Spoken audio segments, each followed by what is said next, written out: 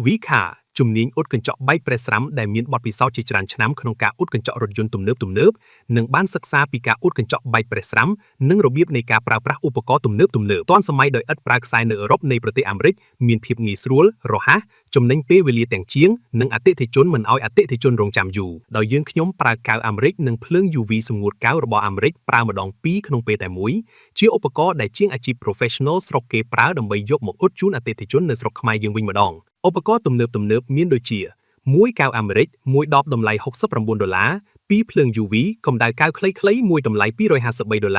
3ភ្លើង UV កម្ដៅកៅវែង1តម្លៃ$210 4ឧបករណ៍សម្ងួតសំណើមតម្លៃ$178 5ម៉ូទ័រស្វានកញ្ចក់ឥតខ្សែតម្លៃ$144 6ឧបករណ៍បញ្ចូលកៅផលិតផលអាមេរិក USA និងផលិតផលរបស់ប្រទេសអាល្លឺម៉ង់តម្លៃ$1000ជាង7ឧបករណ៍ផ្ដាច់មុខខាងចុងសម្រាប់កញ្ចក់ឡានបែកប្រេះស្រាំវែងដើម្បីកុំឲ្យរាលទៅមុខទៀតតម្លៃ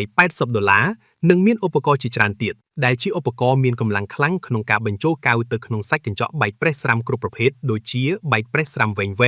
បែកប្រេះស្រាំរាងផ្កាយមានជើងវែងបែកប្រេះស្រាំរាងមូលដូចភ្នែកគោជាដើម